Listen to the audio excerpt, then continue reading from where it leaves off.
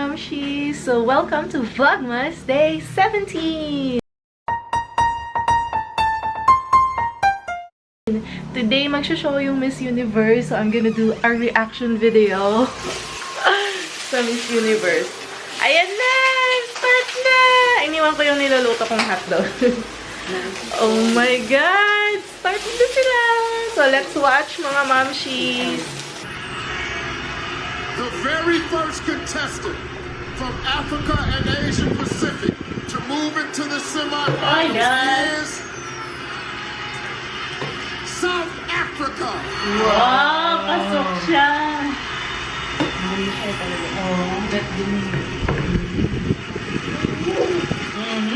Yes, River. I'm very good. How are you? Well, I'm wonderful. Last year's Miss Universe was from South Africa. Do you feel extra pressure on you to pull off a back-to-back victory?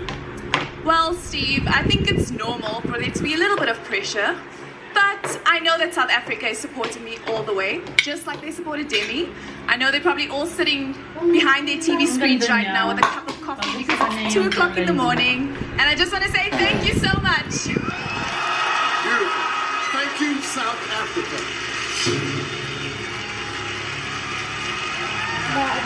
The second semifinalist from Africa and Asia Pacific, Philippines. Galing! Woo! Clap your hands lang! Philippines! Oh my gosh! Ang galing na sila niyo!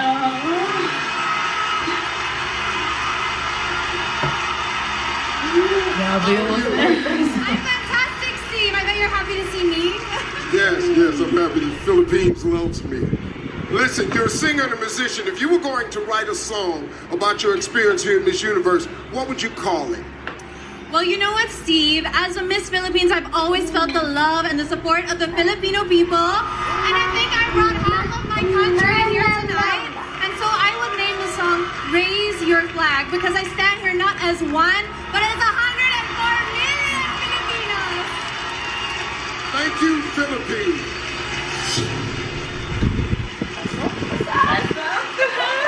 Next to advance to the top 20 is Nepal.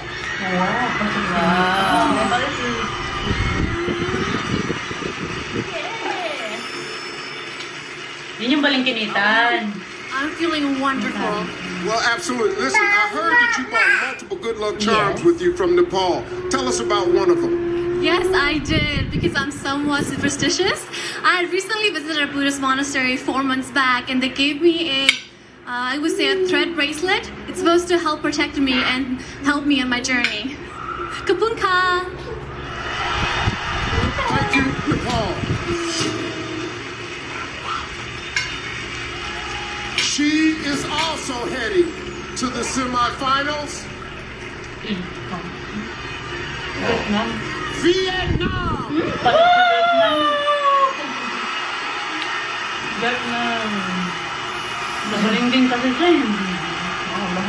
How are you? I'm very good and very happy. I heard that one of your favorite hobbies is going grocery shopping. Really? Yes, exactly.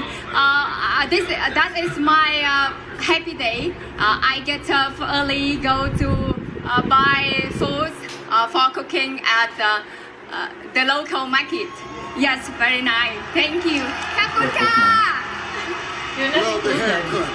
Vietnam.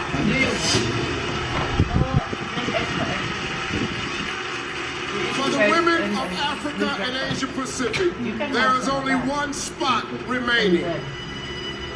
Nepal! Or Australia. Nepal or Australia. Thailand! Ay, Thailand! Oh my God! Nagnabahan sila. Ang nga yun dyan yung Thailand. Your camera is precariously on the air.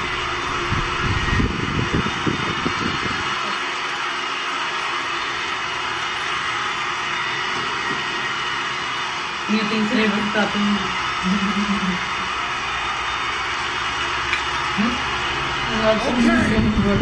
Worth to what?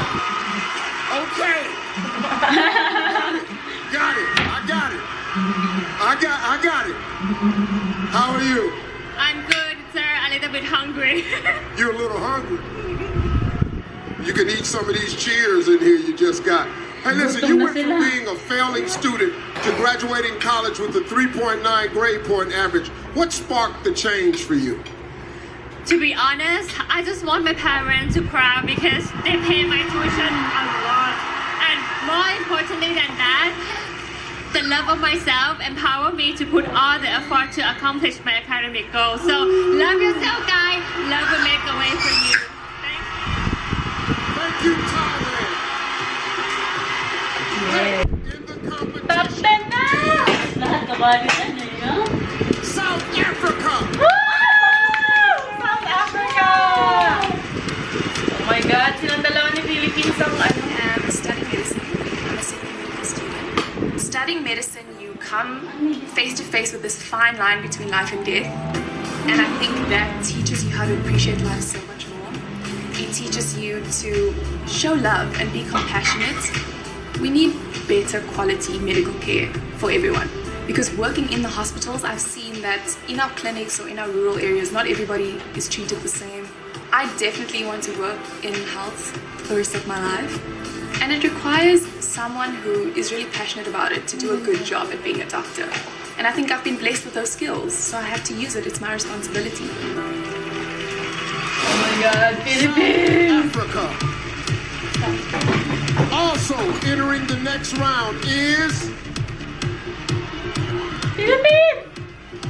Vietnam. Oh my God! Vietnam! Oh. Hen sinh ra trong một gia đình 6 anh chị em. Với cái phong tục tập quán của người ED thì năm 14 tuổi thì ba mẹ kêu Hen lấy chồng, nhưng mà Hen nói rằng là Hen không thể lấy chồng trong thời điểm này.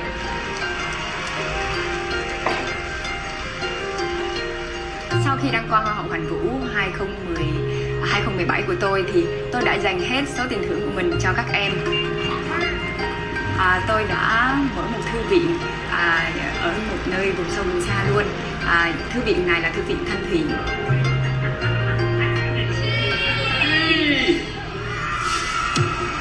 Vietnam. Earning the third spot is Philippines! Venezuela. Oh my God! Wala pa rin yung Philippines na! Kaloka! Oh, shock! Kaba. Soy estudiante del quinto semestre de Derecho. Decidí estudiar Derecho porque siempre me ha llamado la atención esta carrera.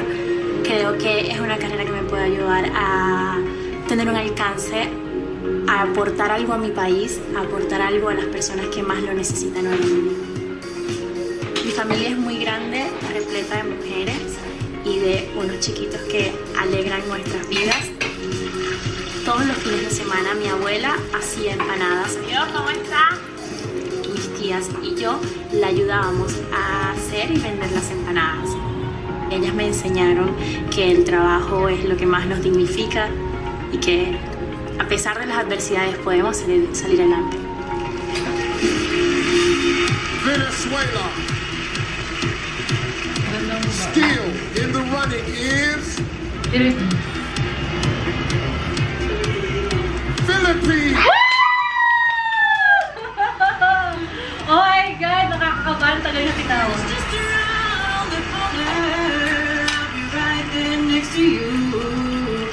Once I started music, it just was fulfilling in a way that everything else wasn't.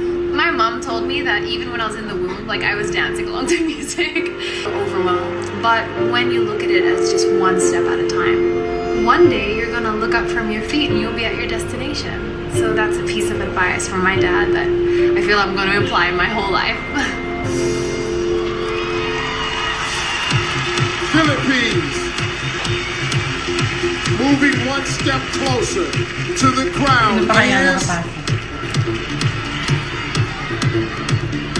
Costa Rica.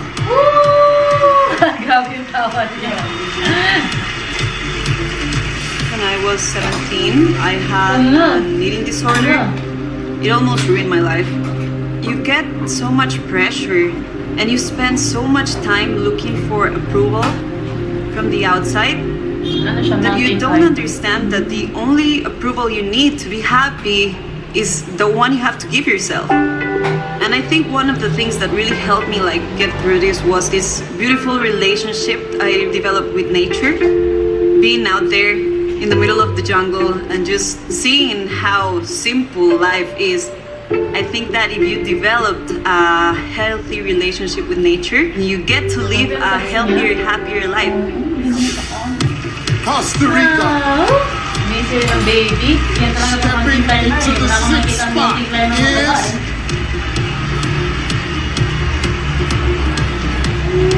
Curacao. Curacao.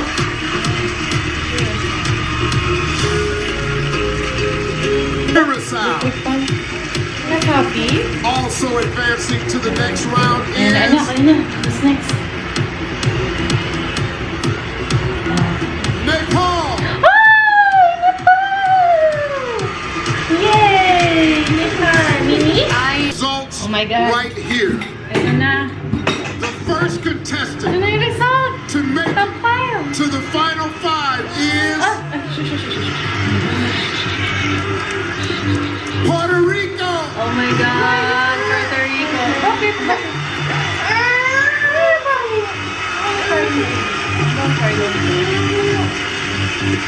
Still alive in the competition is Philippines! Vietnam. Oh my God! Vietnam! Ang galing talaga ni Vietnam.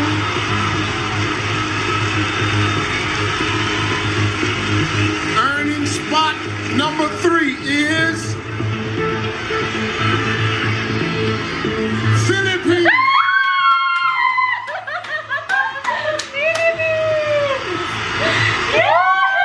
Grabe ka, kulba. Kulba. Locking down the Canada. 4th spot is Canada. South Africa. Oh my God! South Africa.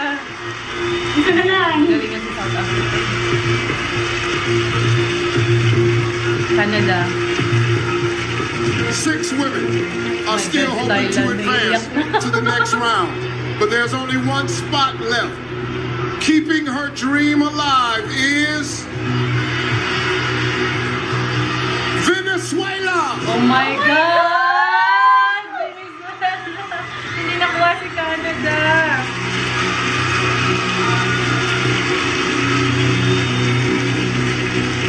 Say hello to our final 5. Oh my God! Pasok sa Philippines! From our next Miss Universe. Woohoo! As exciting as it is to make it this far, our contestants have no time to celebrate because right now they face the question. Question na agad. Miss Universe takes on a great responsibility working as a global ambassador. She must be sharp, quick on her feet, and able to communicate with clarity and Oh my God, confidence. stand out yung Contestants, get ready because your answers will determine who makes it to the final 3. Tonight's questions were written by some people who know you very, very well, your fellow contestants. Now, once I read your question, you'll have 30 seconds to deliver your answer. When your time is up, you'll hear this sound. Hundreds of journalists across the world were jailed this year for writing stories that were critical of their governments. Why is freedom of the press important? Cientos de periodistas fueron encarcelados este año por haber hecho reportajes que fueron críticos de sus gobiernos. ¿Por qué usted piensa que es tan importante tener la libertad de la prensa? La prensa está para informarnos. Nos debe mantener al tanto de las cosas importantes que están pasando en el mundo. The press is there to inform us. Their job is to give us the news about what's happening in the world right now. Creo que ellos deben tener total libertad de publicar la realidad de lo que está pasando. They should have total freedom to be able to report exactly what's happening. Sin olvidar nunca que deben ser sensibles y deben tener empatía porque hay muchas personas que están sufriendo por los problemas que hay en el mundo. Without forgetting that they have to have sympathy because there are a lot of people that are suffering different problems in the world. Kapunka. Thank you, Puerto Rico. Oh my God. Vietnam, you're up. Ang bilis. Bilis ang pangyayari.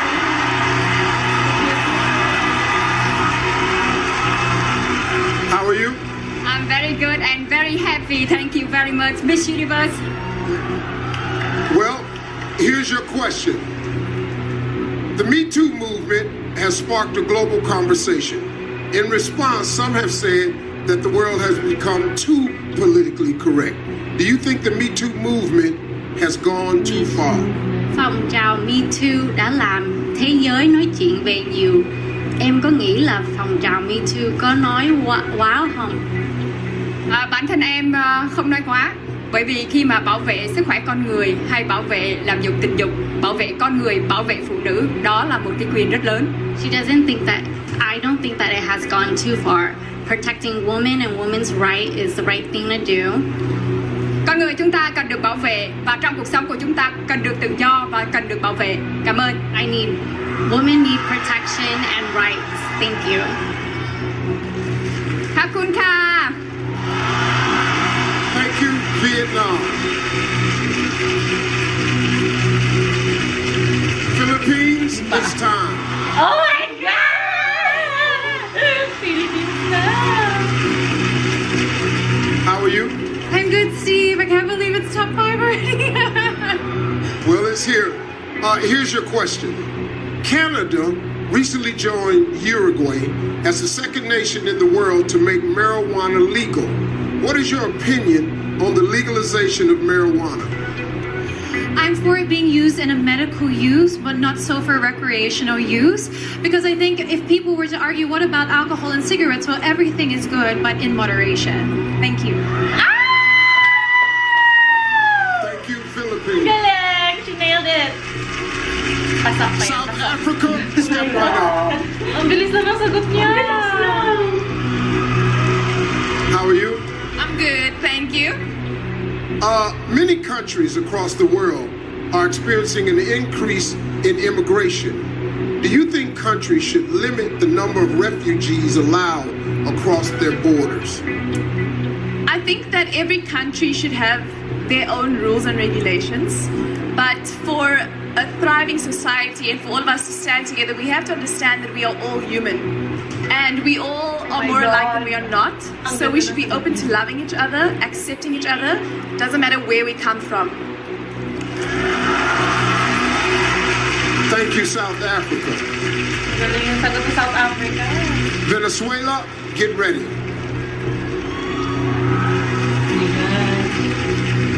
How are you? Well, what would you say to someone who believes that pageants are archaic and against the feminist movement? ¿Qué le diría a una persona que piensa que los certámenes de belleza son anticuados y que van en contra del movimiento feminista? Hoy en día estamos en una era en la cual hemos avanzado muchísimo. Nowadays we live in an era in which we have advanced greatly. Los certámenes de belleza no son solo de belleza, también son de sensibilidad, de responsabilidad y de corazón. Beauty pageants are not just about beauty, they're about sensitivity and about having a heart. En ellos podemos mostrar que jóvenes como yo podemos lograr alcanzar todas las metas que nos propongamos en el mundo. In beauty pageants, we can show that women like me can achieve any dreams that we may have in the world. Thank you. Magaling din si Venezuela. Oh my God. Magaling silang lahat. Well, Walang patapon eh. our 5 finalists have just answered some very difficult questions, and now our selection committee must decide who's still in the running. When we come back, these women will face Final another 3. The first finalist with a chance to take the Miss Universe crown is Philippines. Go, Philippines!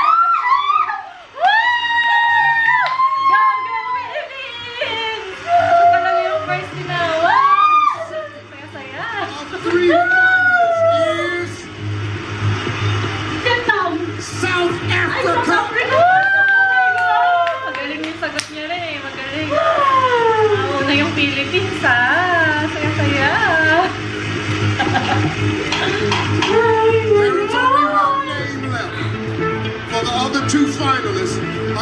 unfortunately, your Miss Universe dream ends tonight. Sino kaya to? Venezuela, I think. Venezuela. Our final contestant in the top 3 is Venezuela. Pasok din siya. Oh my God. May question pa ba sila? Ladies and gentlemen, your 3 finalists. Si Vietnam hindi ko mapapasok. Congratulations.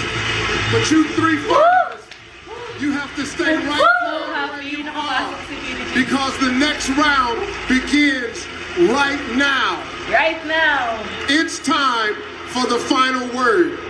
It's time for your final word.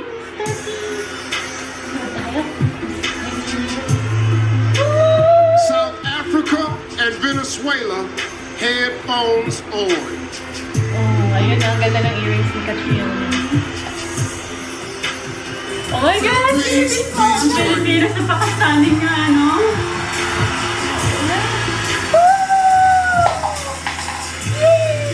Pakasanin niya, tingnan sa gown niya. Pulang-pula. I'm sorry. Okay, get ready. Here is the question. What is the most important lesson you've learned in your life, and how would you apply it to your time as Miss Universe? I work a lot in the slums of Tondo, Manila, and the life there is poor and it's very sad. And I've always taught myself to look for the beauty in it, to look in the beauty in the faces of the children, and to be grateful. And I would bring this aspect as a Miss Universe to see situations with a silver lining and to assess where I could give something, where I could provide something as a spokesperson. And this, I think, if I could teach also people to be grateful, we could have an amazing world where negativity could not grow and foster, and children would have a smile on their face. Thank you. We have a winner! We have a winner for sure! Please remove South Africa's headphones.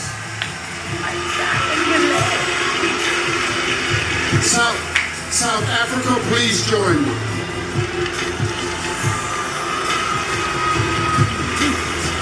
Congratulations. Thank you very much, Steve. Here's your question. What is the most important lesson you've learned in your life, and how would you apply it to your time as Miss Universe? Throughout my life, I've been exposed to both those who are privileged and underprivileged. And what I've learned is that we are all human. We all want to be loved, we all want to belong, and we all want to be seen. So we should treat each other that way. Thank you. Thank you, South Africa. Oh my God. Please remove Venezuela's headphones. Venezuela, please join me.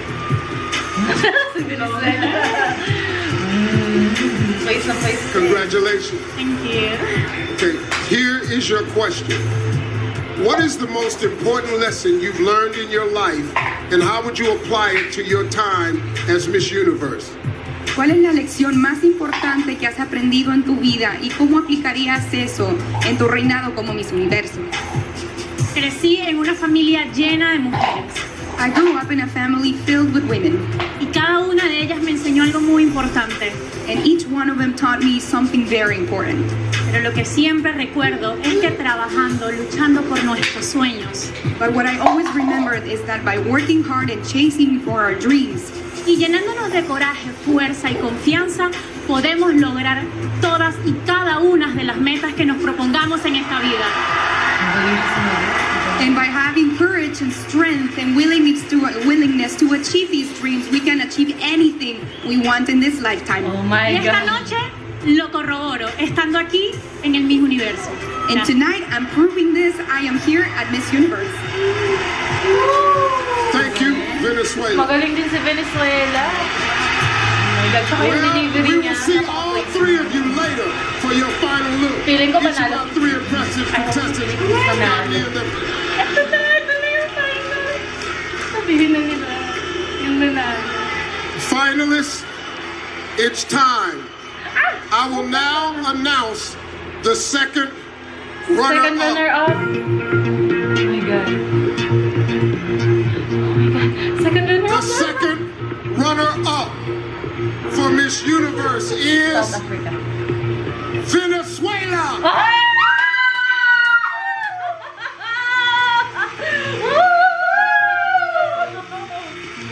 Oh my God!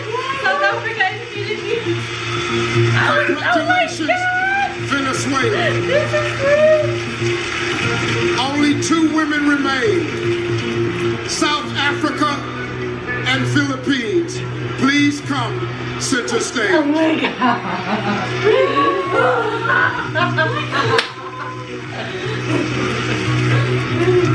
Both of you have worked so hard to get here, but only one of you is about to become our new Miss Universe. If for any reason the winner is unable to fulfill her duties, the first runner-up will take her place. Good luck to you both.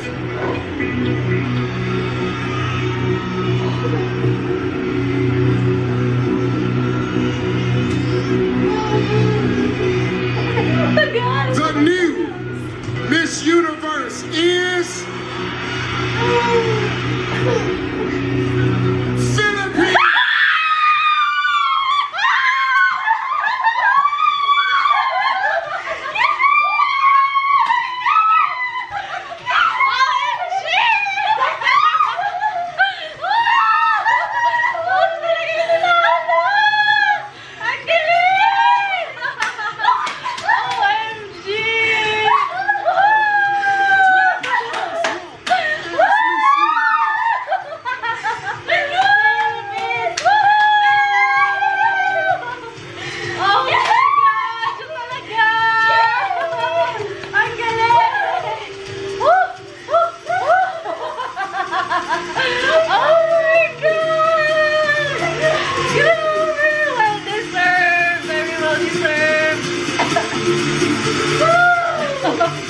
Galing! Wala nang bawian, Steve Harvey. Panalo! Yay! Kaba-kaba eh. Thank you all for joining us tonight. And a special thanks to Ashley, Carson, and Lou. I'm Steve Harvey.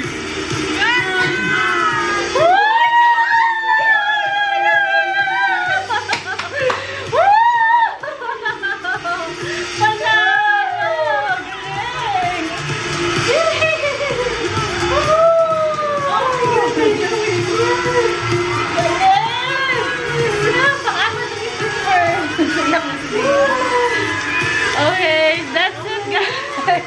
That's our reaction video for today's Miss Universe. I hope you guys enjoy. And oh my God! Congratulations, Philippines! We're so happy. Congratulations, Catriona Gray. We're so proud of you.